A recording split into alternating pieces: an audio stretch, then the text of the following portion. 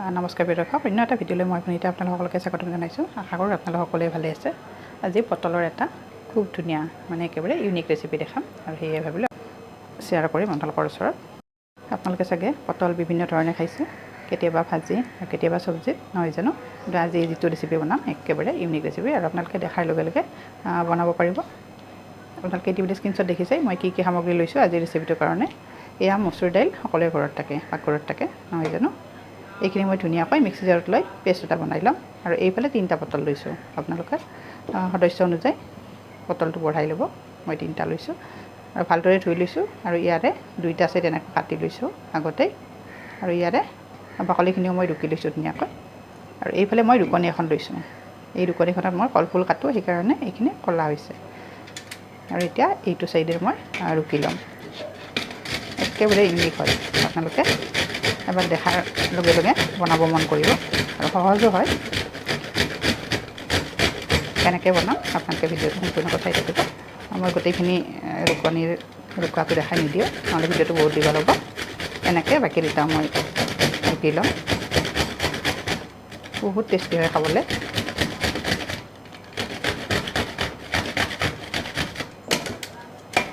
আৰু আছা এনেকৈ মই বাকী দুটা ধুনীয়াকৈ ৰুকি ল'ম আৰু তাৰপিছত আপোনালোকক দেখাই আছোঁ। আৰু এইফালে চাওক পটলখিনি মই এনেকৈ ৰুকি ল'লোঁ ৰুকনিৰে। আৰু এইফালে বাতিটোত মই পিঁয়াজ লৈছোঁ এটা সৰু চাইজৰ আৰু আদা লৈছোঁ। এইখিনি এতিয়া মই মিক্সি জাৰত দি ধুনীয়াকৈ পেষ্ট এটা বনাই ল'ম আৰু অকণমান ইয়াতে নিমখ দিম, তেতিয়া পেষ্টটো কি হয় একেবাৰে ধুনীয়া হয়।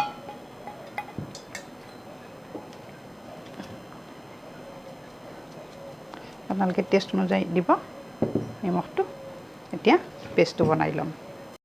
আৰু চাওক মই মচুৰ দাইলখিনি এনেকৈ মিক্সিত পিহি ল'লোঁ আৰু এইফালে ধনিয়া লৈছোঁ, মান ধনিয়াৰ পাত কাটি লৈছোঁ। আপোনালোকৰ ওচৰত মান ধনিয়া নাথাকিলে নৰসিংহৰ পাতটো দিব পাৰে বা কেঁচা ধনিয়াৰ পাতটো দিব পাৰে।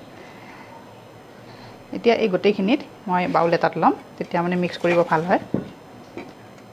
ইয়াতে মিক্স কৰিম এতিয়া।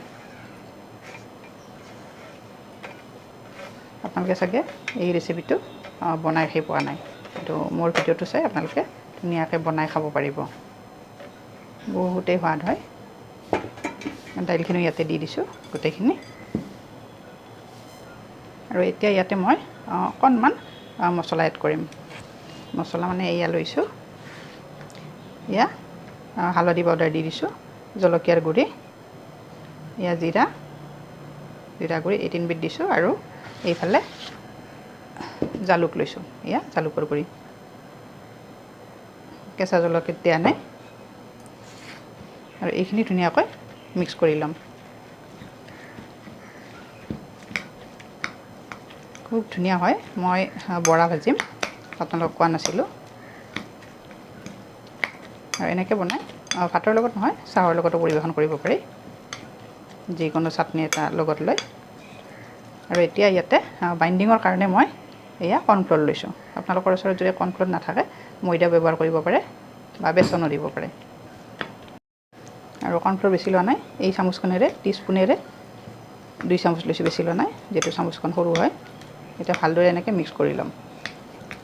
আৰু ইমান ধুনীয়া হয় যে বৰাকেইটা, আপোনালোকে খালেহে গম পাব। জলকীয়াটো আপোনালোকে নিজৰ পচন্দ মতে দিব। মই জলকীয়াৰ গুড়ি আৰু জাতি জলকীয়াৰ গুড়ি দিছোঁ, সেইকাৰণে কেঁচা জলকীয়াটো দিয়া নাই। জলকীয়াৰ গুড়িখিনিত বহুত জ্বলা আছে। আৰু চাওক খুব ধুনীয়াকৈ হৈ গৈছে। এতিয়া ব'লক কিটচেনত। খুব ধুনীয়া এটা গোন্ধ আহিছে। ইয়াতকৈ আৰু বেছি মছলা মই ইয়াতে এড নকৰোঁ, এইখিনিয়ে যিখিনি দেখিছে। আৰু এইফালে মই ফ্ৰাই পেনখন উঠাই দিছোঁ আৰু ৰিফাইন তেল দি দিছোঁ। ফ্ৰাই পেনখন গৰম হোৱাত আৰু চাওক গৰম হৈছে আৰু বহুত বেছি গৰম হ'ব দিয়া নাই। আৰু এইফালে মই চামুচখন চেঞ্জ কৰি দিছোঁ, যিহেতু এইখন সৰু আছিলে, ডাঙৰ চামুচ অকণমান লৈছোঁ। এতিয়া মই এটা এটাকৈ বৰা ভাজি দি দিম।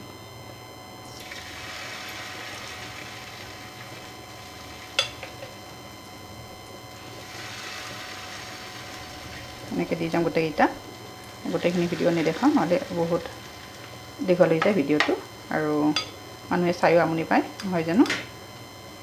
সৰু সৰুকৈ দিয়া নাই, মই অকণমান ডাঙৰকৈ দি দিছোঁ। আপোনালোকে নিজৰ পচন্দ মতে চেপটো দিব পাৰে, কোনো কথা নাই।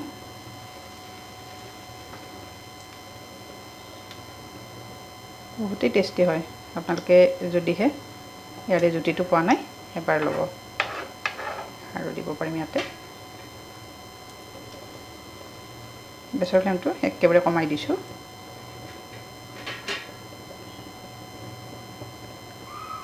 মচুৰ দাইল সকলোৰে পাকঘৰত থাকে নহয় জানো কিন্তু অকণমান এটা আইডিয়া কৰিলে অলপ নতুন ডিজাইনত কিবা বনাব পাৰি নহয় জানো এতিয়া গেছৰ ফ্লেমটো মই একেবাৰে কমাই দিছোঁ আৰু চাওকচোন বহুতেই টেষ্টি হয় আৰু এতিয়া লাহে লাহে এটা চাইড হ'ব ধৰিছে এতিয়া মই উল্টাই দি দিম চাওক একেবাৰে কম জুইত ভাজিছোঁ